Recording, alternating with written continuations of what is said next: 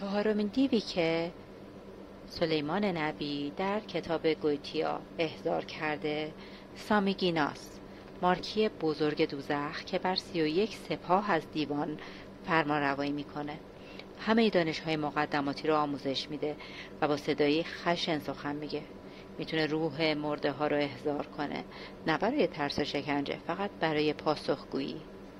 سامیگینا به شکل یک اسب کوچیک یا یه الاغ تجسم میشه، ولی در زمان احضار به شکل یه مرد تغییر شکل میده.